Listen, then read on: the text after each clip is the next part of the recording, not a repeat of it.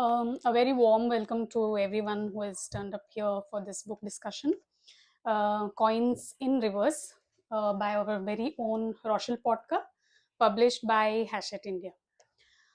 Firstly, I would like to congratulate Rochelle. I have been going back to this collection very on and off, mulling over the poems and finding different meanings every time I go back. And I think that's the beauty of this collection. Every time you go back, you discover a new layer. You are like, maybe what I thought was just on the surface level. And I think that's the sign of good poetry, good writing in itself.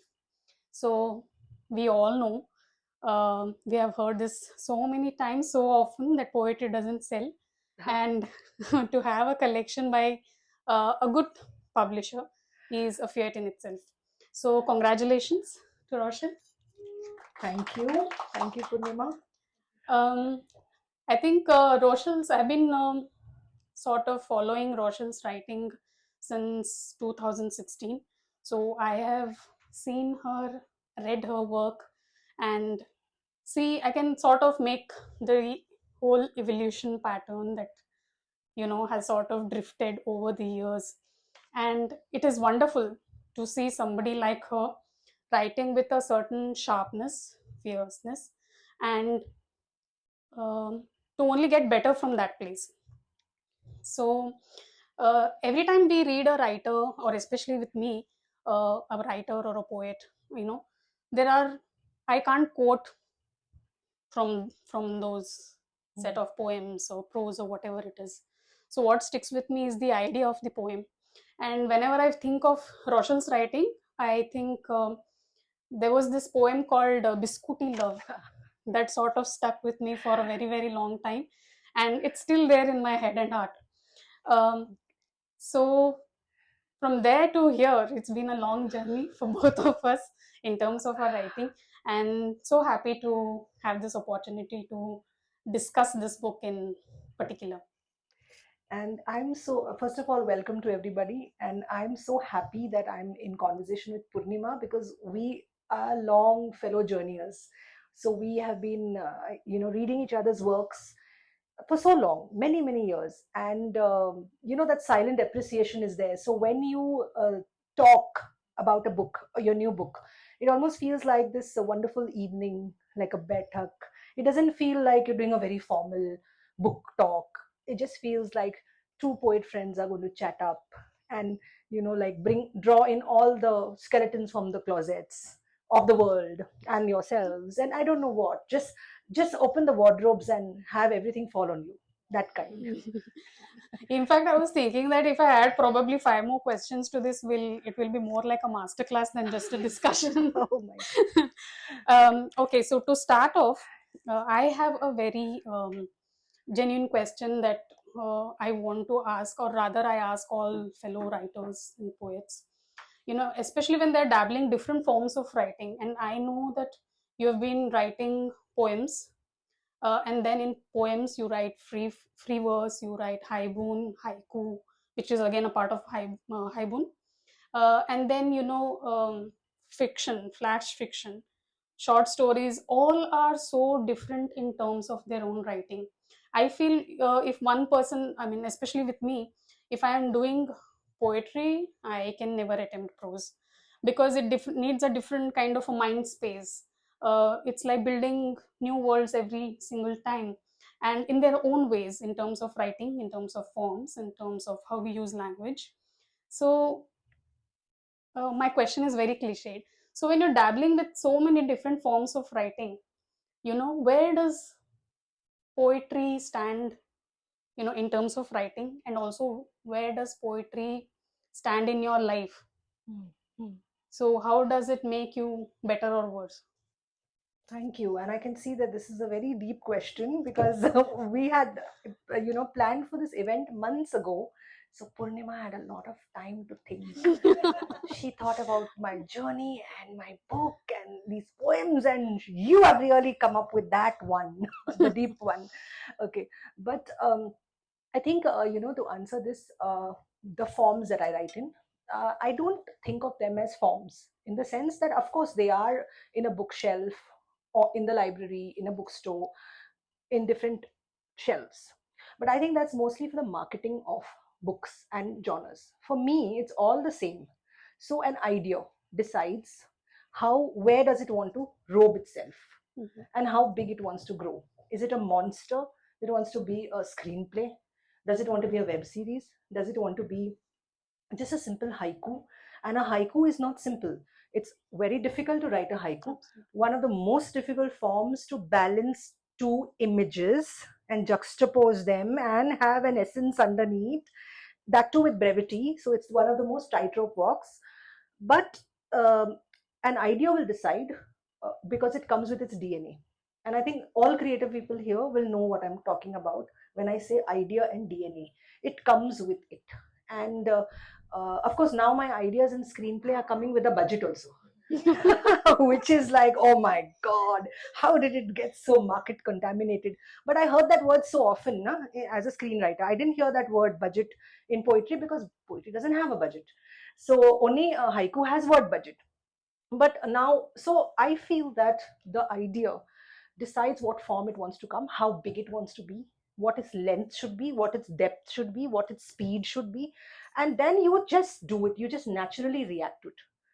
So I've never really thought whether it's going to be a novella, it's going to be flash fiction, it's going to be short story. Whatever it runs with me, I run with it. Where it stops, where it huffs and pants and says, enough, I'm like, enough, khatam. So that's how it works. So talking about the part two of your question, poetry. So I think poetry, there was a time when it was very innocent and lyrical, when it was only poetry. And I was only writing short fiction then, and those two forms were not merging or influencing each other. I knew when I was a short fictionist, I knew when I was a poet. Okay, although you don't know much because you're not consciously writing poetry, but I knew that this was not interfering. Now, because of this, what I call the aquifer, like, you as a creative person has all the rain, that's the inspiration. And when it percolates at the ground level, underground, it's an aquifer. It's everything is merged. And from there, that's the maybe the personal unconscious, which you draw out something. Now it's merging. Now my characters are entering my poems. So you will see Harry Mendonça, you will see Mr. Baker, you'll see Shalom and his sister and his Yes. father. So now things are merging because it's the same aquifer, but now the rain is also more, so the groundswell is more. So sometimes you have this fear. I think you will identify with it. Sometimes you think you fear death, but not because of death, but because of all the ideas that will be left behind. And you're like, oh my god, I better write these ideas before I die. So that's the fear is that. So That's a wonderful so thought. my poetry is contaminated now. Like, i can't I can't draw the border. Yeah. Hmm. Um, so again, from where I am coming from is, say if I'm writing prose, I've been trying to attempt prose, and I feel that prose is, building like a world in itself, and Hmm. you have to live that world, and then only it will turn out to be something good. But it has consumed me so much that to think of, I feel like, will I ever be able to write a poem at all again? Okay, So okay. it sort of has consumed me in all ways. So how do you manage that? So I think there are two, three ways I would approach it. One is, I think I'm very infidelis.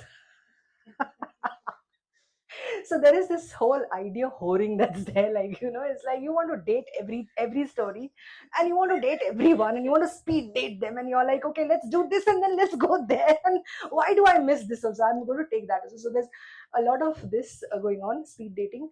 And what I do is, I think I'm a fast writer in the draft ones. I have become like that. Either I always was like that, or the fear that I will lose this brilliant idea has made me that. I don't know, because ideas also breathe down your neck. So what I do is, my draft ones are very fast. So if it's a poem, it's one exhalation in any case. You can't outline it. You never write one stanza today and a second stanza the next day. You will write it in one exhalation. So a poem is what it is, and you will Yes. come back much later to Yeah. edit it, Yeah. to see that is this, you can you chisel it more, because I'm a bit of an overwriter in poetry and generally, so I'll chisel it off. And in short stories also, or whatever I'm writing, the quota that I have to write for that sitting, because short stories are written in a quota of a sitting. Mm-hmm. Like maybe you write 3000 words, Yeah. maybe you write 500 words, maybe you write 200 words, different writers write Mm. differently, but that's the quota. So that you will see that you achieve. Then you will keep the outline maybe in your head, or you will outline it on the page, it doesn't matter. See, there are so many variations of how people outline. Some people are dead against outlining. They're like, everything is in my head, I know it. And some are like, they are even writing the iris color of that character, उसने toothpaste क्या use किया था, which is not relevant to the, because even if his teeth were decayed, he was going to murder. Why bother with his toothpaste? But some people write when they have these huge psychography files, sociology files of, Their tabulated. characters. And some are like, no, no, we'll just fly off the cuff and we want to be surprised by what it is. And so I think that draft ones again. And I Mm-hmm. think in my draft twos, I'm a better writer. In my Mm. draft threes, I'm more precise. I have cut off all the words. Mm-hmm. Sometimes I want to collect them like dust and dirt, with a broom and see where's the heap of that, because a lot of it gets Yeah. Yeah. kind of Yes. chiseled away. Yeah, but I think that, and also another thing is time management. It's very simple that there are days when I'm not a poet. Like there would be a Monday when I'm a poet, because बहुत हो गया Sunday. It is so blank that I am in my subconscious space. So Monday morning, I am really against the world. Like the world is going to school and office, and I'm going against it. I can feel that tide metaphysically. Mm-hmm. So that's when I'm a poet, because poets are always going against society. They're always prophesizing mostly doom or near doom or climate change or whatever. But you're going on the odd side of the tide. So Mondays I used to find myself that I'm a poet, and this is discovery. It's not like I knew. I didn't say Mm. Monday ko I'm a poet. I discovered कि अच्छा अभी भी sir फिरा है. I'm still giddy. Okay, so I'll better do the lyrical things that are coming to me, whatever the abstract. So Monday I'm that, but then Tuesdays I'll suddenly be very storied.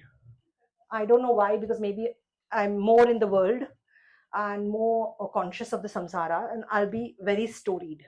Wednesday I'll be more storied. Now more screenplayed. But by Friday suddenly I'll be crookish.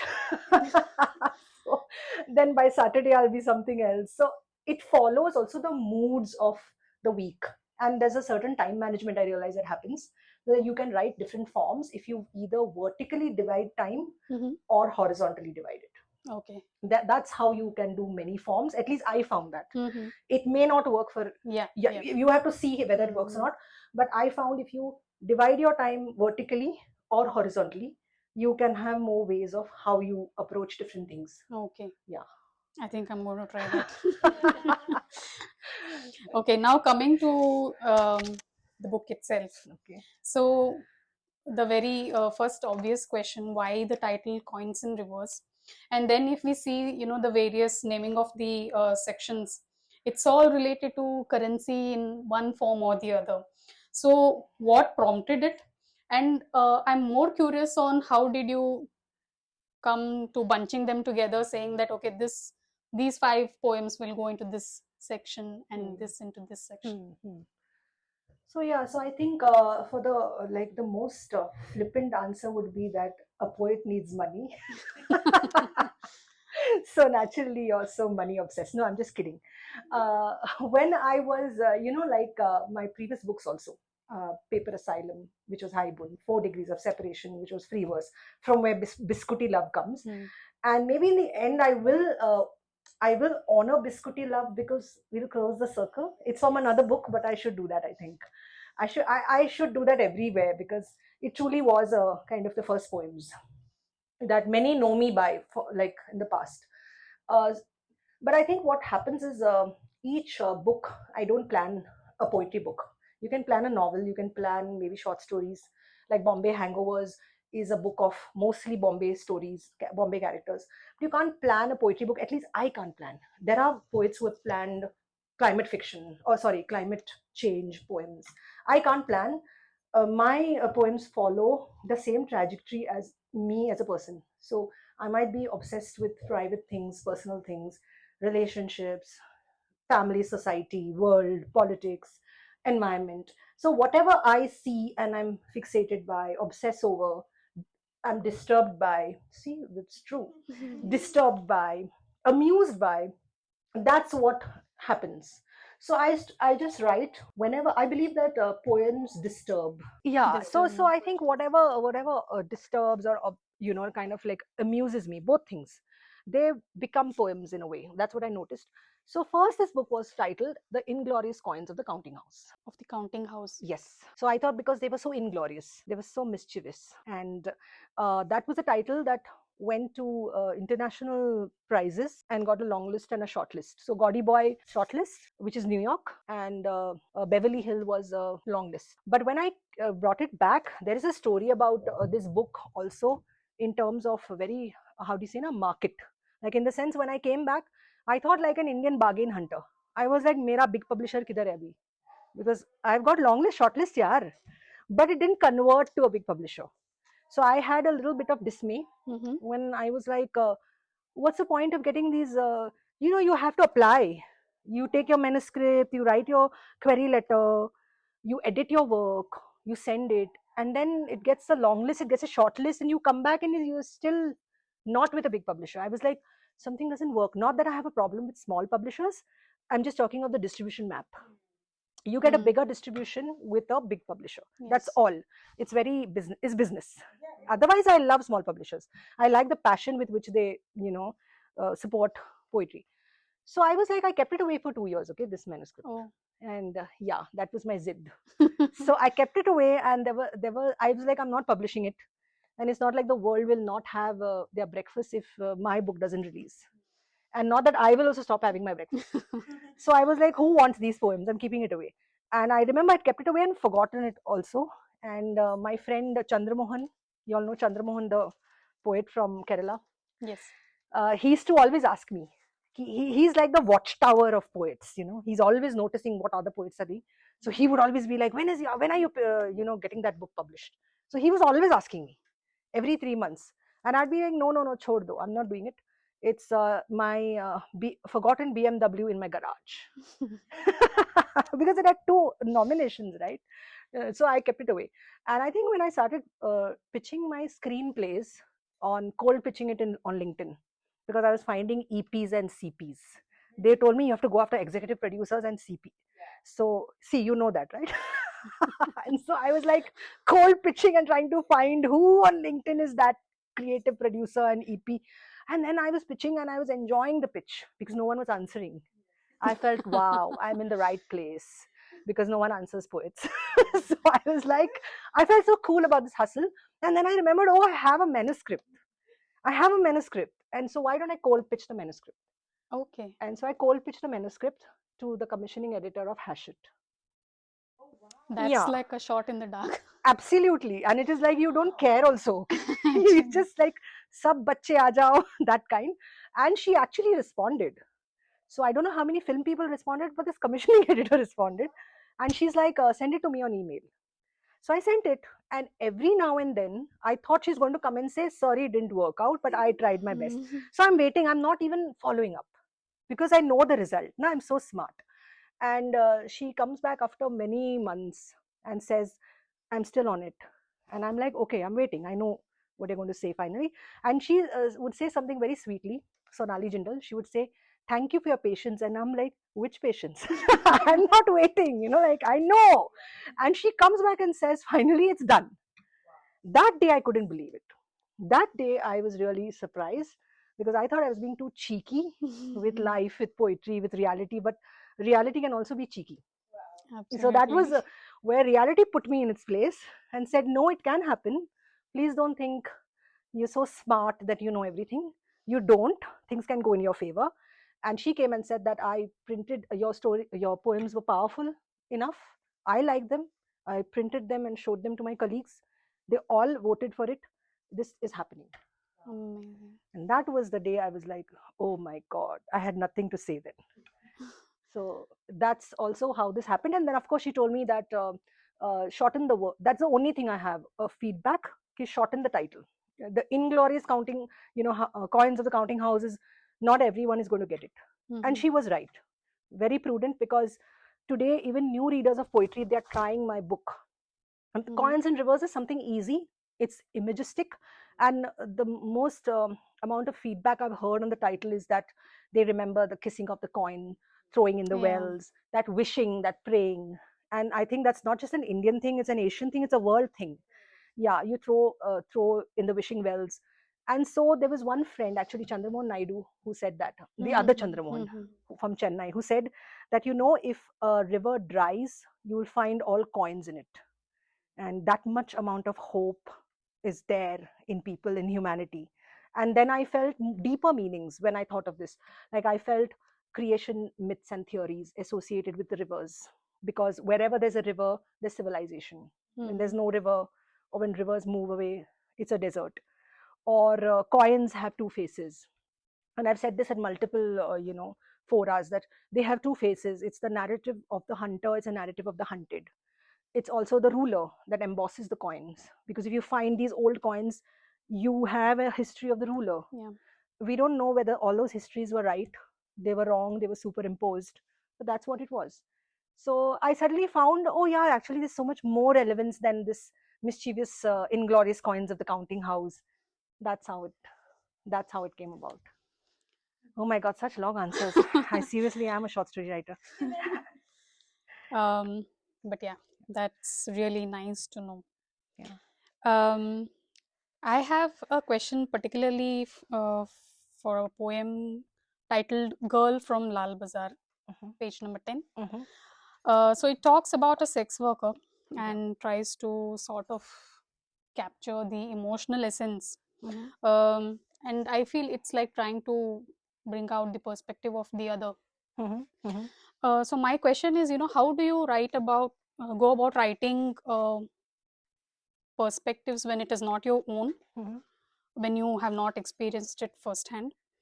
And what is two parts again? Longer No, question no, again. good, good. Yeah. What is is there? Can we name this gaze anything?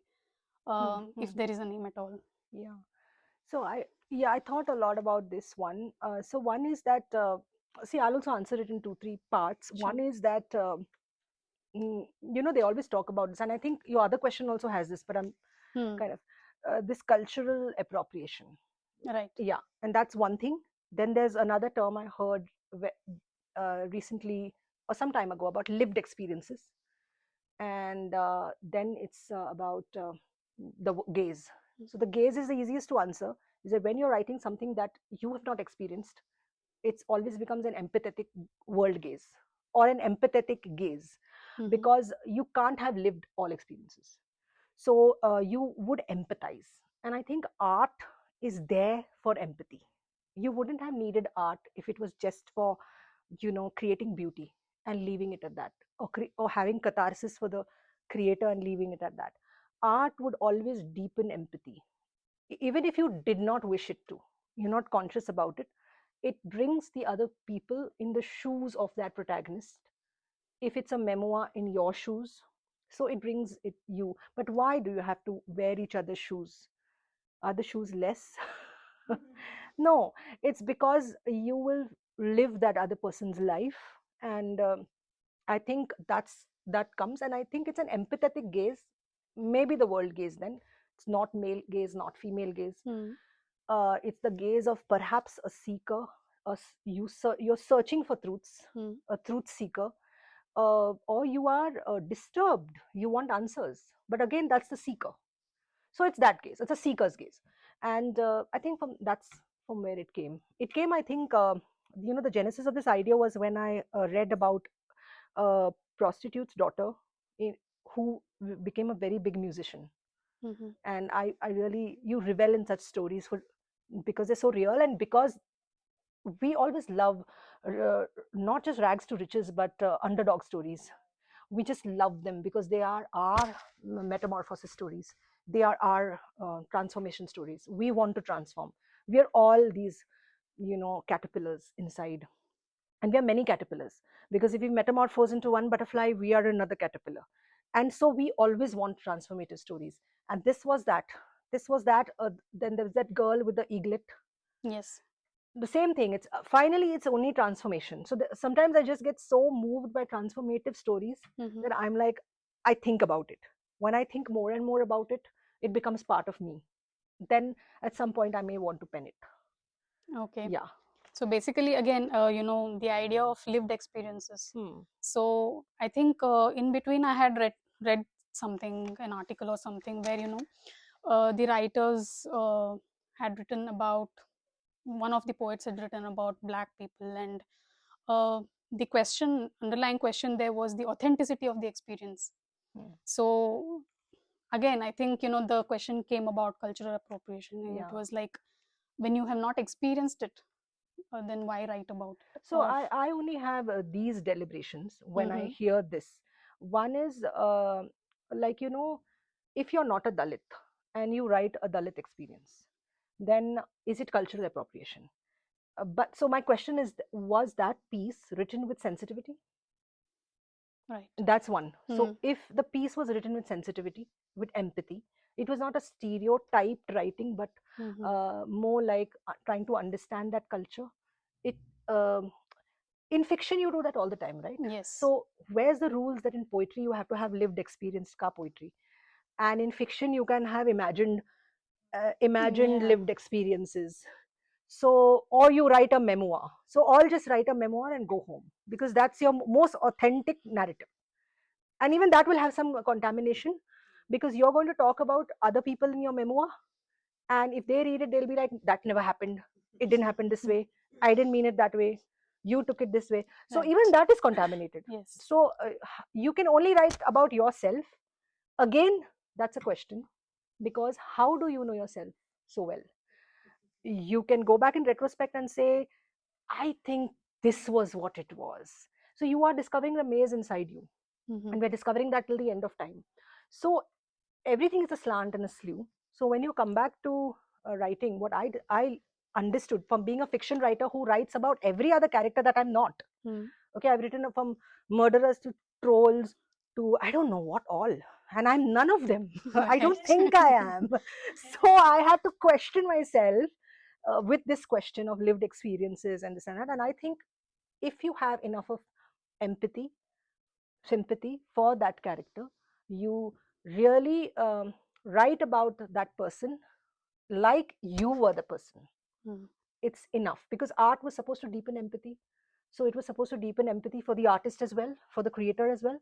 So you reach that level of empathy, really strive for it, write it like you were that, and you can. So I think I finally reached the point wherein cultural appreciation, not appropriation, is what the focus is. Mhm. Also, I remember when this debate was going on earlier, not this piece, Mhm. but these debates have happened all through the world, because indigenous people, black people, Right. sometimes truly feel like appropriated when they're not given that sympathy Yes. by the white writer, which is also very valid. That's valid.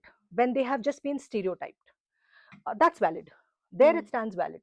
So I remember P. Sivakami, who's the feminist and the Dalit activist, who said it in one of her keynote speeches in Goa Arts and Literature Festival 2016. She said, "Please include Dalit characters in your writing. Do not exclude them because you think you don't know about them, because that will be a second exclusion.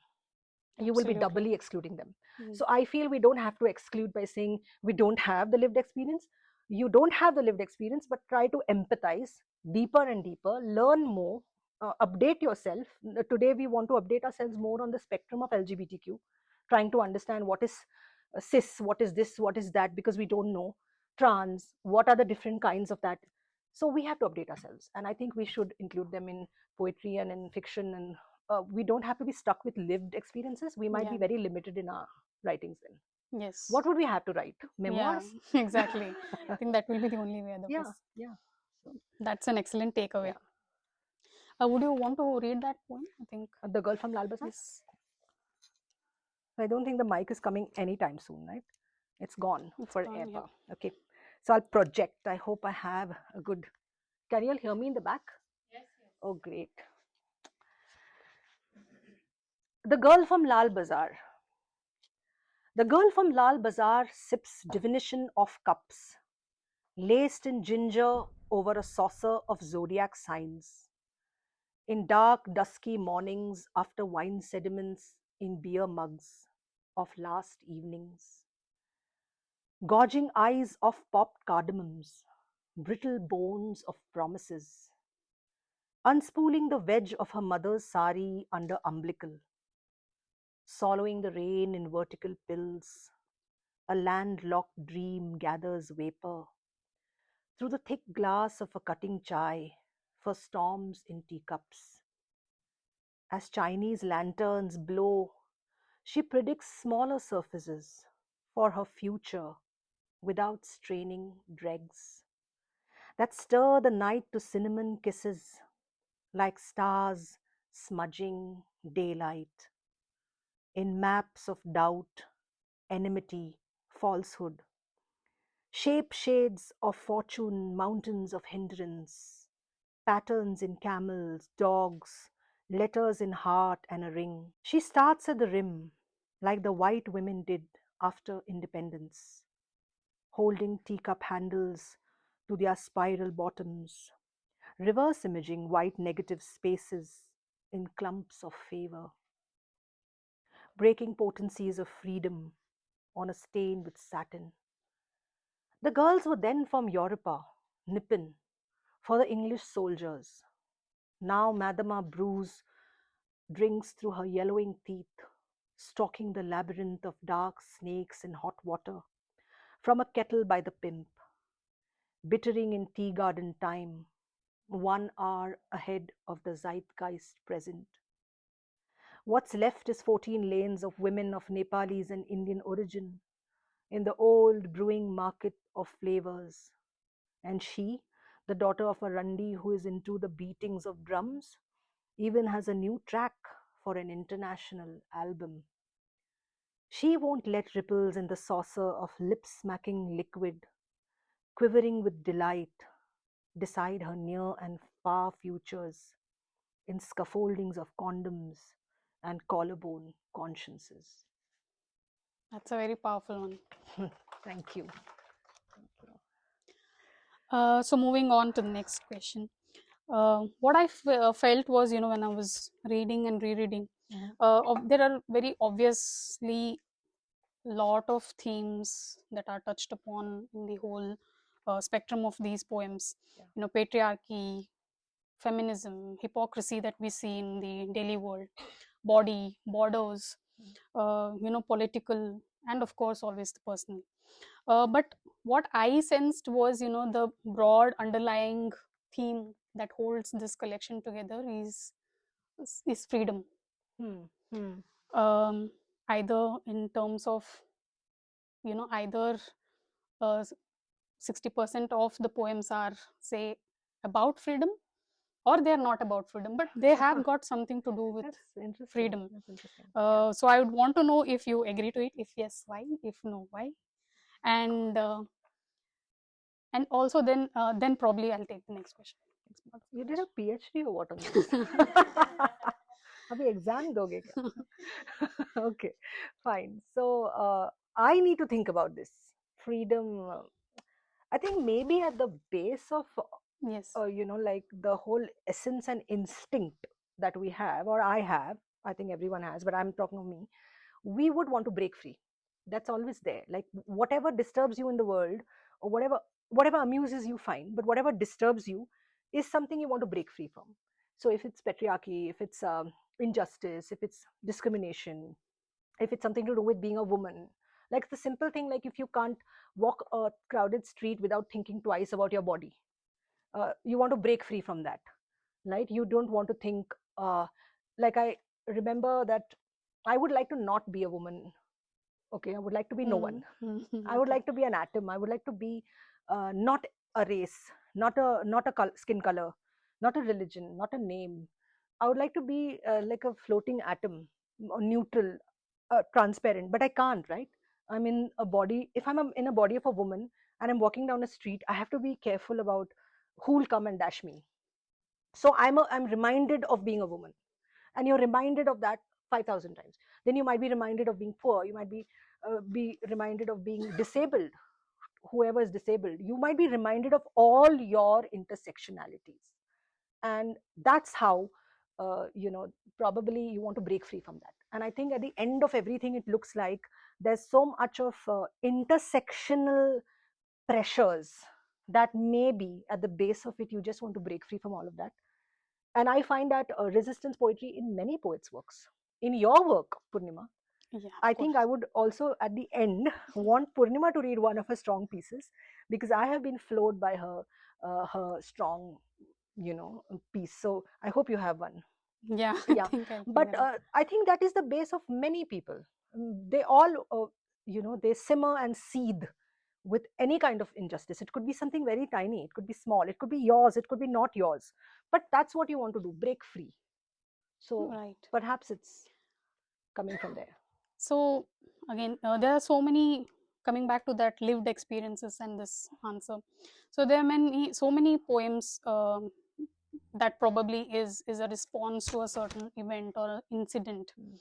So surely not everything moves us as Yes, a yes. writer. Like there are certain, no matter how transformative they are, there are only certain kind of incidents that prompts us, other True. than our own lived experiences, to sit and write something on them. So what kind of experiences other than your own lived experiences do you generally tend to write about? Hmm. So I think whatever stimuli, so let me call it stimuli because it cannot all be lived experience. Yeah, That we yes, already agreed. yes. And before we move on to that, to stimuli part, I'll just say that who says that the imagination is not lived? Uh, that's another point, right? Because Right. humanity can imagine. They say that even rats imagine. Yeah, rats also tell ratty tales, probably of human beings. But species do tell tales. But humanity has imagination. So imagination comes from your mind. Your mind is yours. So how is that not lived? It's a lived Absolutely. process. It may not be an experience. So again, here there is a big blur Hmm. between what can be lived experiences or not, because a lot of human existence is perception. You perceive Definitely, things. yes. So isn't that lived? Is that imagined? Hmm. I think we would be bluffing ourselves if we thought how much we lived and how much we perceived. We may never know Absolutely. what is what. So lived experience is, I'm breaking that whole nonsense here. I think sometimes I think whoever put that lived experience, other than the ones who were really being appropriated, were the ones who couldn't write fiction. Hmm. Hmm. I think they were the ones who couldn't write fiction, and they were like, इनको भी नहीं लिखने देते. So let's say lived experience तो नहीं है ना. So you don't write. Basically, don't write because I can't write. So I have a feeling the non-fiction, the fiction write who couldn't write fiction didn't want others to also write. So they made it lived experience. So you get into that whole circuit and circle of what is lived experience, what is not. Please write what you want to write. Please live what you want to. Be that free writer that you want to be. So I think that is one thing, and only where it is appropriated and it is stereotyped. Like, what was that stereotype which was there in Bollywood for a long time, which was Michael दारू P के दंगा करता है. So I don't have a problem that no one thought about Michael. Okay, fine. But don't keep saying that everyone is, Mungra, and all the Catholic community is just daruwalas and Absolutely, yeah. daruwalis. Yes. They might be much deeper than that. The country Lika might just be the beginning of Alice in Wonderland. It just might be the rabbit that takes you into a very deep culture or whatever. So it's not Michael only daru pee ke danga kar. बहुत कुछ है Michael में. But I'm just saying, okay, it was done in fun, frolic, and then of course it changed to Finding Fanny, which was deeper, you know, Mm. which breaks into from stereotypes to archetypes. So I feel that is there, and also stimuli. So I think for me, what stays with you Mhm. for, let's say, You're right when you don't react to everything. I haven't written a poem yet on the core medical college case. Mm-hmm. Everyone has written, so many have written. Yeah. Right. And so many are in real life doing something. Yes. I haven't reacted. Why haven't I reacted? But I'm following everything, I'm concerned. Right. But as a poet, I haven't written anything. I haven't written any story. So yes, we don't react to everything. Everything. I think it's a stimuli, not for this case. Generally, the Mm. stimuli that's there, that stays with you for days. That's when it festers, and you know that you're reacting to something. Mostly, I think we react to things which are unresolved in us. We write Mm. because there's a non-resolution. If it is resolved in you, you will not write because it's already written. Yes. Yeah, Absolutely. yeah. That's another wonderful takeaway. And that's why I also want to mention about leitmotifs of themes. There are writers who write different themes, Mm-hmm. and there are some writers who come to the same theme. And I think that is the leitmotif of their thematic spectrum because it is unresolved. That's why you come back to it a zillion times. Absolutely. Yeah. Okay. So yeah, there are a few visual poems in the collection. So a lot of times we hear about these visual poems, that is not poetry, and Who said that? a lot of people say that. So people say that found poems are not poems, erasures are not poems. Okay. So my question to you is, what is your take on visual poetry? Okay. And then was there any sort of backlash or a certain side of resistance from the publisher saying that, oh, we don't want to include Yeah. visual So poems? first and foremost, I think even in art you have trade barriers that are created by other artists because either they can't write that, so they don't want you to write. So lived experience is one googly which is always there. If it's not, I told you, appropriation, really injustice, stereotype, and all that. So I feel this is also the same thing. Who said that you can't visualize a poem in visuality? And who said that there's a definition for poetry? So whoever these pundits are, they can't do a visual poem. So they are like, it doesn't exist. A publisher once said haiku and haibun doesn't exist. Oh. So I'm not publishing, it doesn't exist. I'm like, okay, for you it doesn't exist. No, so I think these are all a kind of trade barriers, which are psychological trade barriers that I think even artists do, because this is very common in business. You introduce trade barriers by saying this can't happen, that can't happen, this won't happen, so that you prohibit others from experimenting and exploring, because you always fear somewhere, what if human beings find their true potential and unleash it? What if they do that? Yeah, I really mean it. What if you really get to the depths of your potential and unleash it? Somebody must be worried. So they come up with these things ki this can't happen, and they'll always give some very weird and fluffy rules, which you just have to dissect and be like, I don't think you can do it. You don't want me to do it. So I think Yes. that's how I look at it. I think these visual poems are because even words failed me in certain ways. Mm-hmm. Like for example, there are 4 visual poems here. Yeah. So one is a simple fun poem because it's called Parliament of Varieties. So I'll just show this. You can't see it like how do you say? You can't really see it from here, but it's just a parliamentary shape, you know, and all people are sitting there, like what have you, from the sexual orientation spectrum, like pansexuals to demisexuals to asexuals, all kinds, to all kinds of political ideological spectrum. Like you can have the leftists, you can have the bigots, you can have castists, you can have climate deniers, or climate alarmists, whatever hashtags you have given.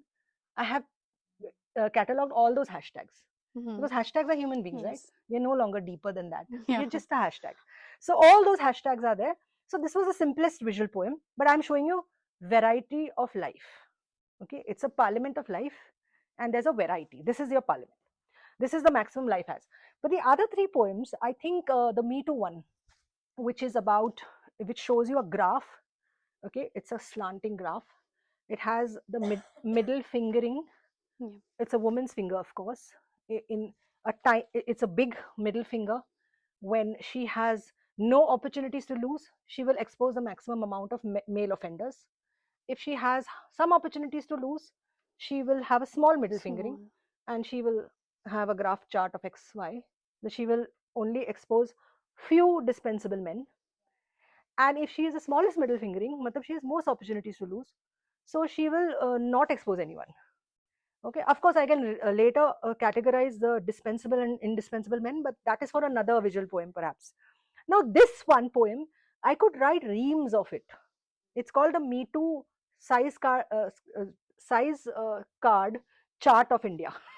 Okay, now I could have a big poem, but what am I telling you differently if I'm telling you such a big sermon about women will weigh their opportunities, and then she will expose the men? Of course, because we came out of the kitchen only a few decades, centuries ago, and we will care for our opportunities which are hard earned, and we wouldn't just give them because there's sexual violence on us. So it's like we're going to lose from both ends. So we are going to think many times. The graph gave me the perfect way to plot it. There's Absolutely. no better way. Even words fail me as a poet and a writer and a screenwriter that a graph did. Because if you just follow the graph, there's nothing you need. And uh, the dean of St. Xavier's College understood that, because she said, I love these visual poems.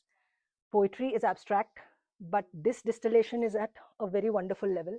And she showed it on the classroom, Oh. because it was so easy to grasp it once you footnote it. So it doesn't matter who thinks it's not.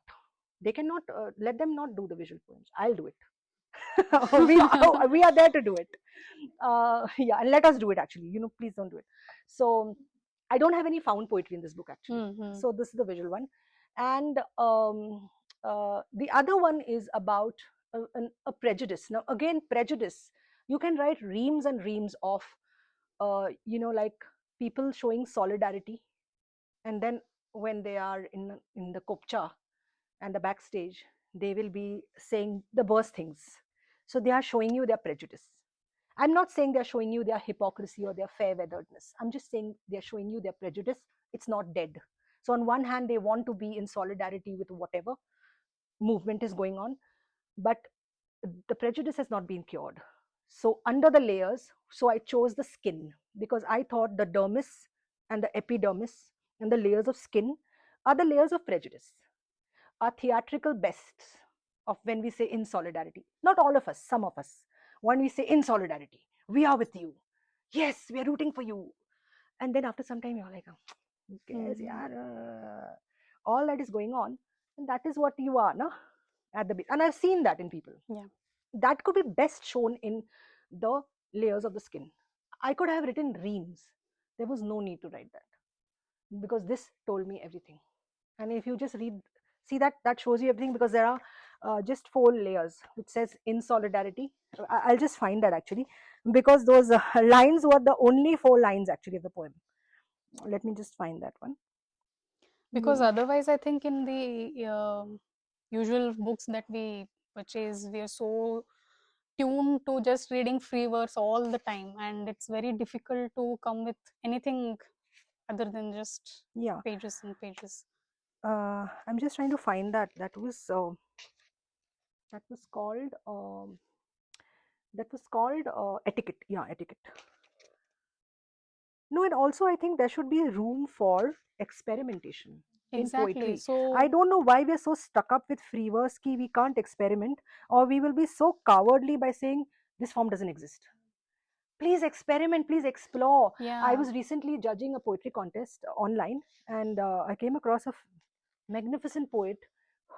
I'll just tell you what she did, and I was like, she almost introduced a new form. We're sitting on the Zoom window, which you know how boring it can get. What can you do in a Zoom window with poetry? So she was talking of a hangman, in the point of view of the hangman, talking about all the people who are going to be hung, and one case in particular. And it was like a courtroom kind of a feeling, as well as the guillotine. And every now and then she's putting up a prompt. So there's suddenly a butter box, there's suddenly some handcuffs, there's suddenly a case file, and she's narrating the poem, and there are these props going. And That I is was like, nice. that's prop poetry. That's so wonderful, because she's kept a heap of props and she's doing it almost comically. She broke some wall of some kind, even performance wall, because performance poets don't have props. So she was just doing this like a cartoon way, but it was like, I'm showing you the tangible implements of the world of that poetry. I thought that was so brilliant. Somebody would say, oh, no, no, that's not slam poetry. But we are so scared of experimenting. Yes, absolutely. And we are so scared of experimenting when poetry doesn't deduct any fine from you, it doesn't give you anything. So there is no money only to deduct a fine or a penalty. तो तुमको क्या problem है free में explore और experiment करने में? Why are you not experimenting? You just stuck up in some box. No, I think, see, this one is the layers of etiquette, the kind of layers. So this is just the skin, and I have here with them in solidarity, the layer, top layer. The second one is, we like if they can blend, assimilate, and not interfere. In thoda time ke baad mein, yeah, we don't mind if they are clean and intelligent despite being inferior. And then baad mein, it's like we hate them. How skin deep? Yeah. How can I show that in? I can have reams and reams, but this is best. So, yeah. And found poetry was, if like, I mean, is it for this any No, no, poem in not this? for this. Generally. Generally, I'm saying. Yeah, no, I think I even disagree with that, because found poetry, what is found poetry? I hope every one of you know what's found poetry. You know what's found poetry. Found poetry is when you just, circle some phrases that you like from random newspapers or books, and you create a poem. So I think the lyrical lines may be found, but the way you bring them together is as much as you bring a haiku image together. The only Absolutely. difference is that you didn't create that string, but you created it.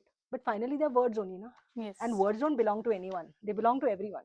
Yes. So, I have discovered some very amazing found poems by Shloka Shankar. yes. So And she also circles them like circles them, and otherwise she will pick a collection and she will pick few poems and yeah. pick words and string them together, and when they come together they are a whole different lot. Yes, yes. So one of the titles was Yeah. responsibility is a dirty word. Title of the Found, piece. found. Found. Okay. So it somehow stayed Yeah, with me. yeah. And again, is I think the seeker trying to find those lines. Why would you only resonate with that phrase and this phrase? Because you're seeking that connection. You're Absolutely. constellating it. Yeah. Yeah. Okay. So yeah, a writer is a sum of experiences and memories. What do you think is the source of your poetry? Like to say that I feel a lot of my poetry is rage. So if there is something that you could coin for your poetry, what would it be? One is what you said, freedom.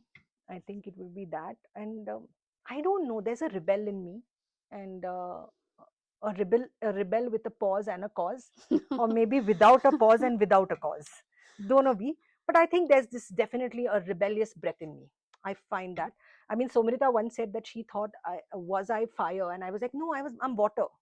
So I don't know, but I'm just saying that, yeah, there is a kind of a rebel in me. And the rebel can manifest as a protagonist in a story. It could also be a person in a poem. And then there's another side of me that's very celebrating.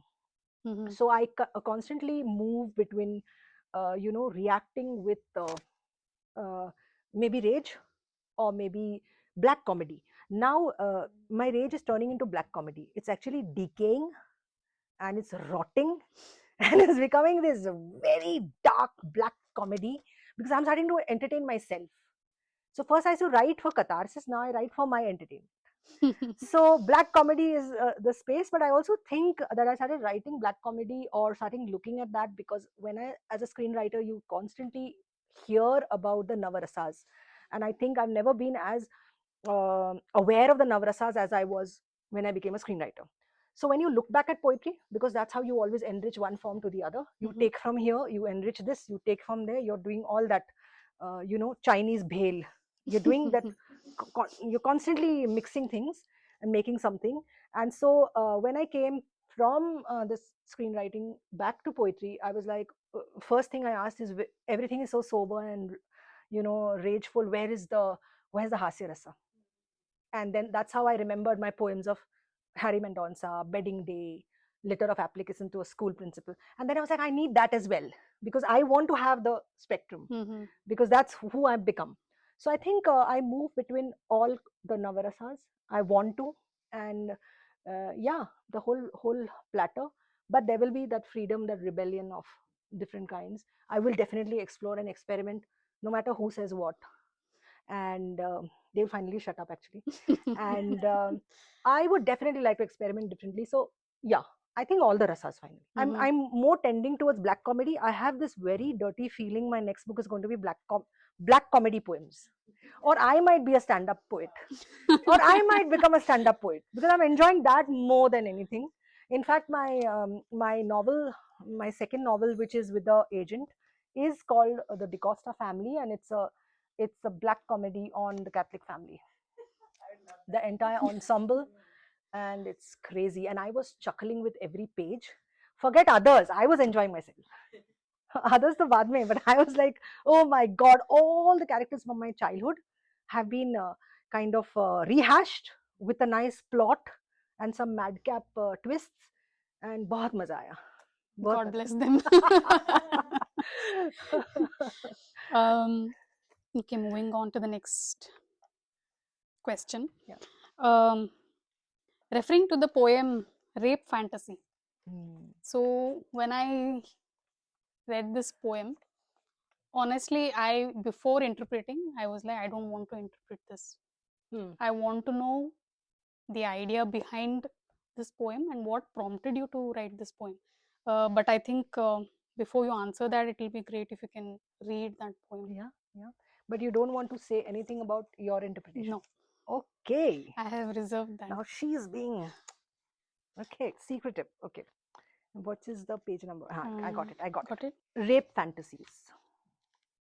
Rape fantasies by a woman are seduction, rape play. She dreams of being forced into a sublime shift, intoxicated by drugs, semi conscious, coerced against the bulwark of will, knees crumbling for the dangerous man who must have her, like chocolate in a summer's palm. Her body, her choice of self betrayal, flagellation, cunt, the shape of an oyster, strawberry, rock sculpture, conch shell, flower with petals, pecan nut, the woman dogmatic, awaiting hurt.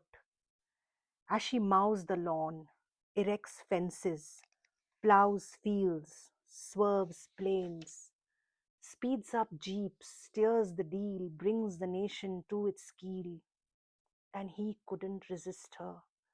Rugged warrior tamed through the pathways of wet brute, an equality of imagination, contract of fantasy over the consent of reality, strong arms giving into the dirty game, in cusps and gasps, feigned struggle of willing, flexing ripples.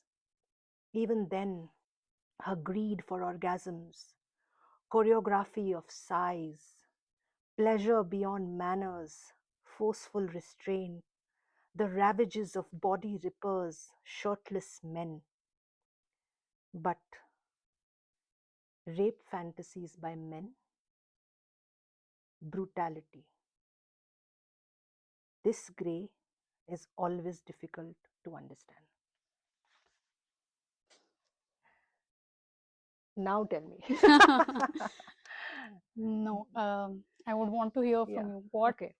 So this was like an easy poem to write, but a difficult poem to choose to publish, because first and foremost, as a haiku poet, rape and fantasies cannot go together, because it's like a very conflicting thought. But I had read about women's dreams and their erotic dreams, research on them, where they have written about rape fantasies, of how they would also like love making. One of them was rape fantasies. But what was that? Because that's what really uh, shocked me, stunned me. I'm like, what? Because we are constantly hearing about rampant sexual violence. gang rapes, not just rapes, gang rapes, brutal murders, and then this. So I went further. To my curiosity, it wasn't to be a poem; it was just to be the curiosity. Because so many times we're just researching, we're not doing it for a story or something. And I found out that that's not really rape fantasy. That's a term they're using. It's actually seduction. What they want is they're expressing their sexual desire of wanting to be, like, they are giving the agency of being dominated. That means they are not being dominated, because when you permit dominance, you're not being dominated. You're saying, I want that. It's just a pleasurable way of sexual act or pleasure, and you're dreaming of these things. You're dreaming of the erotica. You're dreaming of celebrating your body. You're dreaming of pleasure, yeah, without shame, without disgust, without all the taboos. And then what it might be is so clashing with reality. And that's how it was. And I wrote the poem. Of course, I don't have any censors when I write my draft once. It's only whether I should publish it or not. I've written a lot of stuff which, I can't put it out there. Someday I'll put it out, or just find it when I'm dead. Yeah. But uh, I had to think twice. Should I put it in? What if it's mistaken? What if it doesn't land well? What if the feminists come running after me? I'm also a feminist, but what if some other feminists come running? But what a vote of confidence I got was from a feminist Marathi poet who translated it. She said, I love this. And she's a very katthar feminist. Huh? Like, she writes all only those kinds of poems, nothing else, no hasya rasan. So she was the one who I was like, and she's a very well-known name. So she was the first person. And then I, of course, asked my people around me, okay, can I put this or should I not? What's your final take? Because you don't want to make that mistake, or, like, just get it all wrong. It's written right, but it can go wrong. Yes. So I was just there, but finally I thought, no, let me risk this. So this was an inclusion I risked. Now you tell me. Okay. So when I first Yeah. read it, obviously I related to the research that you were talking about. I also had read that, somewhere in our subconscious minds, women do think about these instances. So when I first read it, I was like, wow, bold. Because it's very, very rare to see a collection playing with this level of desire in especially in our Indian poetry collections, is what I feel. Yeah. So I stopped there. Of course, the interpretation was apt as per your explanation, but I wanted to go back to it and sort of ask you more on what was your idea and how did you. So there was no resistance at any end. No. If you're saying of the publisher, no. They in fact welcomed all the poems. They welcomed the visual poems, and the visual poems are redone by the graphics person there. Yeah. And none of the poems. Okay. They only had very technical things like this historical date. Like, for example, in one of the poems in the Bombay riots, Dr. Sapatnekar. So from where did Dr. Sapatnekar come? Find us the kind of footnote. So I had to say, oh, I read him in Hussain Zaidi's book on, no, not Hussain Zaidi, Hussain Zaidi, no? Some Zaidi, I'm confusing the Zaidis, the one who wrote Black Friday. Yeah. So Dr. Sapatnekar came from there, but he was not showing anywhere online. So then I had to say, no, this is true facts, like, they're not made up. Because sometimes you don't know whether a poem is, when it's talking of historical facts, is it making some names up? Right. So, like, Harry Mendonca's are totally made up. There's no Harry Mendonca who came now to say, I'm putting a defamation case on you. There is no Harry Mendonca, at least as of now. Okay. I hope he stays that way. But but yeah. So I said, no, this is really from Zaidi's book. But coming to this thing also, there was no resistance, and they liked all the poems. But also, I feel while we are so steeped as a society into the sexual violence, the rampancy of sexual violence, that before one case is looked at, or you assimilate it, ki what the hell is going on, another one happens and another one happens. And, you are just scared. Like, I was talking to a poet who now says she's 56. She was talking to me, Mona Verma. She was talking to me last we were both the jury for this, and she was like, I've never felt so scared as I feel now as a 56-year-old woman when I go out I'm suddenly watching my back. This fear was not there earlier. Mm-hmm. So there's more fear. So when there's fear around sexual violence, somewhere the sexual desire of women don't get out, because Absolutely. the Me Too movement, talks. The violence has taken over. So what has taken over is emotions of fear, emotions of being safe, emotions of all kinds, which are right. But what happens to the desire? What happens to celebrating your body? What happens to enjoying, and what happens to pleasure, and what happens to the goddamn orgasm? Because that's one thing which is near non-existent, I hear, again through statistics, of course, no lived experience, but statistics, that men don't know about being orgasmic, or orgasm centric. So that is a basic education, right? So we are missing the desire of women, because it's getting into this repressed society of fear, fear, fear, fear. And it's getting very tipped, because I also hear men saying, my male friends saying, that we don't know how much to flirt, whether we can flirt. What if it becomes a Me Too? Yeah. So we are moving, we are getting scared as a society. So what happens to that simple love?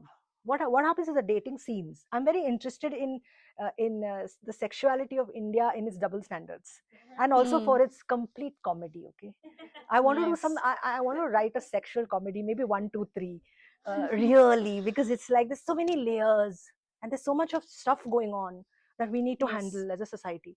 Then I always think about balancing it with erotica, Mm-hmm. because that's a way of agency. Perhaps it's again the rebel that says only fear is not good. Where's the celebration of the body? Yes. Where's the orgasm centricity? Where's Kama Sutra? Hmm. Okay. So talking about, there are so many, since we spoke about Harry Mendoza, if Hmm. I'm pronouncing the name correctly. Yeah. So there are many people poems, Hmm. Hmm. especially in the second section of the book. Yeah. I think I have uh, uh, the poem Bedding Day Ah. and the various poems in the collection. I especially like this literal translation, Come Bull Beat Me, which is there. So there are many such Yeah. Yeah. Yeah. loose versions of translations that we use in our daily language. Yeah. So, what is it about people? I mean, even again, when we are writing about people, I mean, I Hmm. also do a lot of people Hmm. writing poems, especially. So, but there are certain things that I probably observe, mainly the hands and their movements and Hmm. how they sit, and not mainly the talking part of it. Ha. So Ha. what about people attracts you when you're like, or comes naturally to you when they're writing about them, whether in poetry or in prose for that matter? Mm. So I think, of course, body language is there, but I think the biggest thing that comes is drama. I like to see the drama in people, okay? And the drama doesn't have to be this out loud, explicit drama. It can be the inner drama, it can be inner conflicts, it can be just one person going from point A to point B inside themselves. It could be metamorphosis or transformation, or it could not be anything. It just be handling some problem, point A to point B, but it's an inner drama, uh, or it's the outer drama with a relationship, or it's with society. It's very, very very dramebaz. I realize that I just dig drama, and I have been that curious eye from childhood, because I used to use my family to look around for drama. So there's a poem called Gathering, which I read yesterday at my friend Yumna's place, which catalogs all my family members and their drama, their quirks and traits, and some naam badal diya because I don't want them to catch me. But they don't read poetry in any case. They don't read books only. So I'm like, good, very good. You don't read, the rest of the world read. So, but then drama. So I think that's it. I like to see where a person has come from and where are they going, and how are they handling whatever they're handling. Have they evolved, or are they the same? Can they have some dirty traits or some tricky things, quirks? I really love quirky, traity things like that. So I'm a voyeur of sorts, Mhm, a psychological voyeur, but not to the point of intrusion. If it was a real character, like a real mhm, person, mhm. not to the point of like really getting into their houses or their closets and being nosy, or saying, come tell me how you fell in love or how you broke up, like Of course. not that much, but definitely if they come to me, I will listen. I will sab kaam waam chhod ke, I'm listening. Whatever they have to say, I'm ready. So there is that curiosity, that innate curiosity, but I love drama, and I think I'm also a drama buzz. Quite a yeah. So drama. Okay. The genesis to the terminus. Mhm. From where they come, where they're going, and what are they doing along the way. I think that is very evident in the poem Wedding Day. From where they come, where they They go, go, and yeah. whatever is happening in between. Yeah. And I think that's also because as a storyteller, that's the structure, right? It's an act one, act two, act three. You are always looking at a journey. Mm-hmm. And I think sometimes not too far away, my own life I see as a journey, not as a Absolutely. race. I see it as a journey of many ups and downs or sine waves till the final sunset. I always think there will be that final sunset. And I won't be galloping, but I'll be going towards it. So it's always this journey. So all my characters are with me on some journey, Mm-hmm. and everyone is on a journey. I always see them as fellow travelers. How many times have I used that word? I don't know. Mm-hmm. I think I called you also on the post Yeah. fellow journey or something. It's always on a journey. Yeah. So I think it's also the act of story. Yeah. Would you want to read that poem, Which one? Wedding Day? Do you want to read it, Sonu? So actually speaking, Sonu Anand, who's sitting here, had besides all the many feathers he has in his cap, had enacted the protagonist of Wedding Day, Oh, Santos, and he did a great job of it because he put all the potbelly and whatnot he did. But you're not ready for it, right? An impromptu? No, really? Okay. Oh, that good. You were the real Santosh. With your Santos. permission, can I be Santosh? Okay. Because he really did that. Because what we did is NCPA in Bombay Mm-hmm. had given me a kind of stage, like date to do some to launch this book basically, but in a dramatic way because naturally there was a stage, and so I happened to meet Sonu in the Bombay. Sonu has done the dialogue coaching on Lapata Ladies. So I'd met him in Bombay and I said, can you help me with this? And he was more than willing because he's such a fabulous actor and he has a group of actors, and they actually took poems that they kind of broke into Mm-hmm. acting. And it's a different experience to see a poem and being, you feel disembodied when it's re-embodied and beautifully adapted to different flavors and timbre. Yeah. And he was Santos, It's and like the poem I'm has a like, life okay. of its own. Yeah, and he also played the protagonist with great fidelity. Now I will In try to be that asshole, okay, because Santos is an asshole. So, and it was fun to be in the shoes of an asshole. Yeah, so I'll just tell you the page number. I'm just searching the page number. Okay, so this is one of my, how do you say na, the best go-to poems.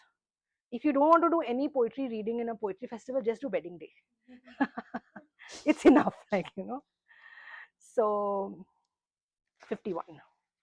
So this I have to I always say I have to stand because an asshole has a lot of confidence, and they're not they're not doubtful like the self-doubters. They're very cocksure, man. And I must preamble by saying that Nizam Ezekiel's poetry, which were those funnies, mm, I always wanted to do a Nizam Ezekiel poem or an Imtiaz Darkar's Kishmish mm, Kishmish. I also wanted to do Badmash poems. So when I got to doing it, because of answering the Hasya Rasa and all, I had to be very careful about the Nizam Ezekiel critiquing, which was that his poems mocked the person who couldn't speak English properly. yeah. So while he entertained you, the critique was that he also mocked, so it became linguistic elitism. So I was like, acha, mujhe bhi badmash poetry karna hai, but how do I get out of that? I don't want to be a language elitist because I love Hindi and I love all languages. So I don't want to be an elitist. So I realize a protagonist will tell you, he'll guide the way. If the protagonist is a chutia, you can do it. You can mock him because there's a license to it. But if he's not, like in the protagonist in the litter of application, so you don't mock him. You only mock the way he speaks. So that was a very fine balance, which I had to take in the beginning before writing. So I had to do that. That was just gaining from the critique of Nazim Ezekiel's poetry. In fact, that was thought that I had Huh. while drafting the questions, that Hmm. Nissim, so many poems got that critic saying that you can't be mocking somebody's accent, Yes. and the poetry is nothing but it's just a play way of playing Correct. with the accents. Right. So when I read especially that application wala poem, that was the first thing that came to my mind. Yeah. So if you can read both the poems, that will be great. Yeah, that I will. But did you find that was there a line you found, or did you find that the mocking was there? I didn't feel that there was mocking. It was Yeah, because I consciously didn't go there, and it was a difficult thing to do. You can do it only once because you exhale once. Anyway, bedding day. Bedding day. Above all, vermins and men's get my special vitamins. I want two children, both men. Yexiam Yelian Zen.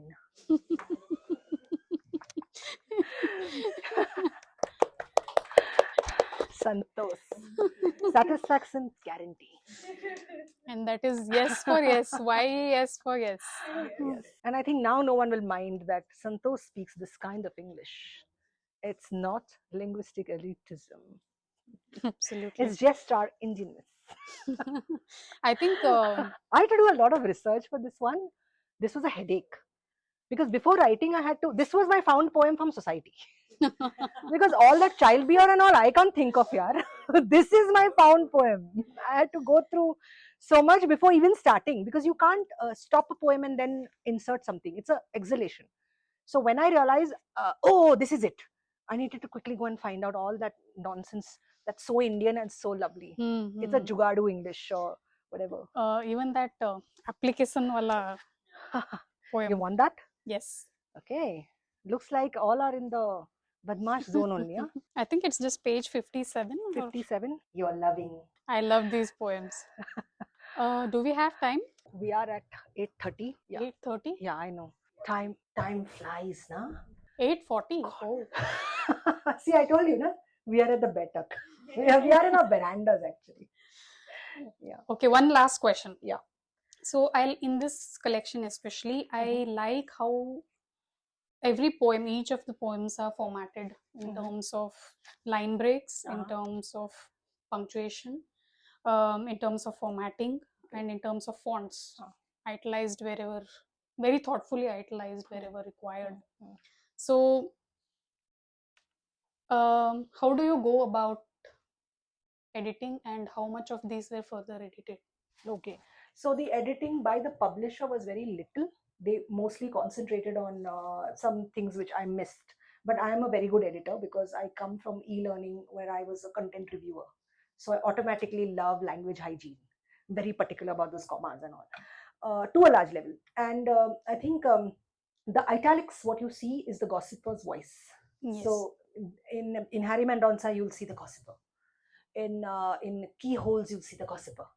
You always have the gossiper, because I think the gossiper is a very one. It could be me also, but it could be all of us, curious people. But I think the gossiper is a very important character. And so many of my poems have the indented, italicized right hand side of the gossiper, which makes you re-look at your narrative. So the left hand is the narrative, the right hand is double check it. It's the casting of the aspersions of doubt. So that is how the other punctuations come from haiku. Haiku Haibun is so strict with its punctuations.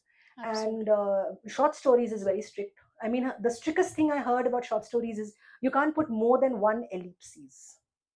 Didn't you hear that, people? And I'm like, oh my god. And so when anyone uses the fourth dot, I'm like, oh, they don't know. Because you can't put another ellipse. It's one ellipses. That's it. And there's somebody even said that for 5,000 words, one ellipsis only. You're like, wow, ration, huh? So it comes from that, and comes from the language hygiene from e-learning. So I am very particular, and the rest, my editor was very good with, mostly with the historical facts. I was kind of fudging them. Some year, some this, some that. She's like, no, no, no. So that. But beautifully done. I'm glad you noticed punctuation, because it's such a page poet thing. Yes. Yeah. Okay, I have many more, but we'll put a stop to that. Any questions, thoughts? Anybody would want to?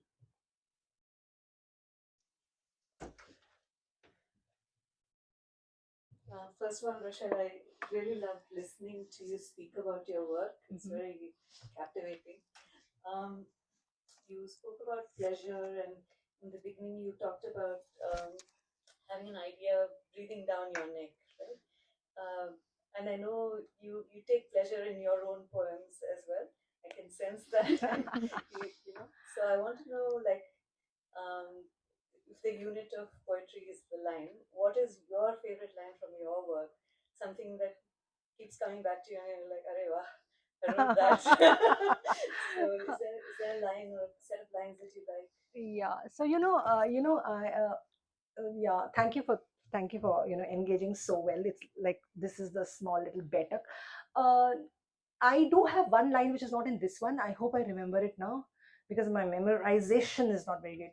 I think it was if uh, if a word is a story, a day is a life. Oh. Yeah.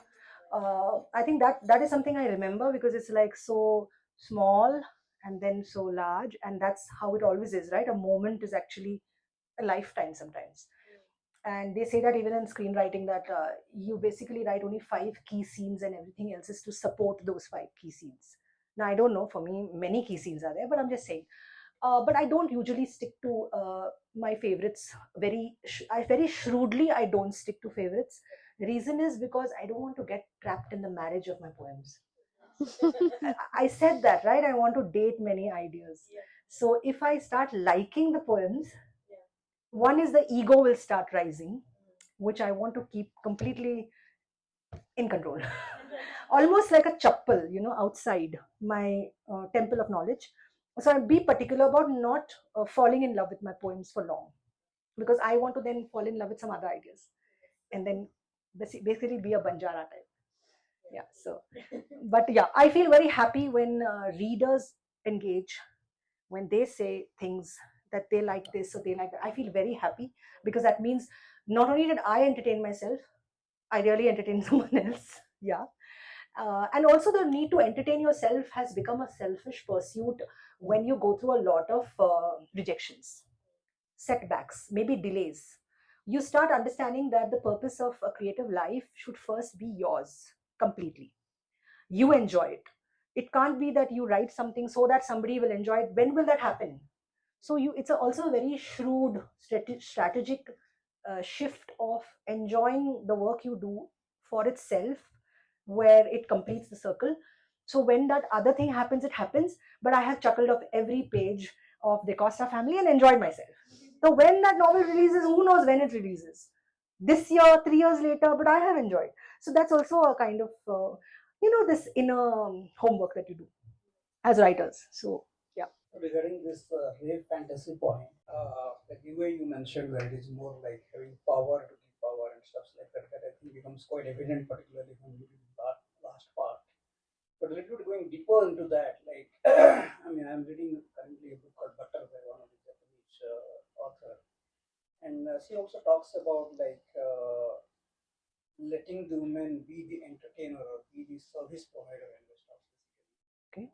And I said many women write, or like including Ayn Rand, but she writes that the protagonist is a female, that somebody comes and opens the window, breaks the window, and comes and rapes her.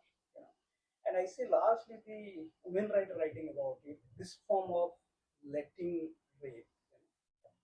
So I was just wondering, like, what else is there beyond this, let us say, eroticism or the power of letting it happen? I just wanted to like very interviewed about that. Yeah, I have not read Butter, so I can't comment on that. But I think Ayn Rand's rape scene was disturbing. It was truly disturbing, and it was a rape that, even though a female wrote it, and she was later, how do you say, merging that into a love story, which happened. But I don't think that that was something I'm supporting, because she was mentioning that rape, and it's like later they are dating. Yeah. But I find a problem. I find it problematic. Whereas this rape fantasy is clearly talking about two different ways of how the sexes look at seduction, which they are calling just rape fantasies, and the real brutality going out. So, yeah. But other than that, I have not read of Like, I have not read BDSMs and all that, or I know porn kind of encourages violence and makes many uneducated men think that that's the pleasure that women want, and that's so slanting and so misguiding. So, but I have not come across any more literature on that. But I don't think uh, rape literature would. I I think it's bad. It's problematic if you're encouraging that, because that's violence going on in the society. It's like saying murder literature. So no. And there are times when you can show that, but with a lot of sensitivity. But I don't think anyone. I don't know. I've not come across literature that's encouraging this violence. Yeah. And also, if I could also add to that, it's like this is a very common theme that goes around CNC, like consent, like consented, non-consensual. All of these are just themes which are already there and they exist in healthy relationships as well. Like, so it's really just about, this one was not at all a rape fantasy at all. Yeah, It was just yeah. about how a woman wants to be submissive Yeah, around the right kind of man, or Yes. that is what it was Yes. about, the kind of desire that comes in And because that of is that. one fantasy. There may be other fantasies that she Exactly. develops. So I have seen the story from a male perspective, because I'm a man and I talk to men. Yeah. A lot of literature are about that. But when I also I found it very disturbing when I read Iron Man. Yeah, yeah, yes, I felt yes, that, how could she write that? yes. So I think that was problematic. That was Yes. plain problematic. Yeah. Yeah. Also, Yes. I think we should Yes. Yeah. Yeah. Exactly. Yeah. And she was a provocative writer, so the way she For her provoked, time, definitely. she was provocative in all her ideas, so she might have thought this is a provocative way to Yeah. start. So I Yeah. think that it has to be seen in context of Ayn Rand herself.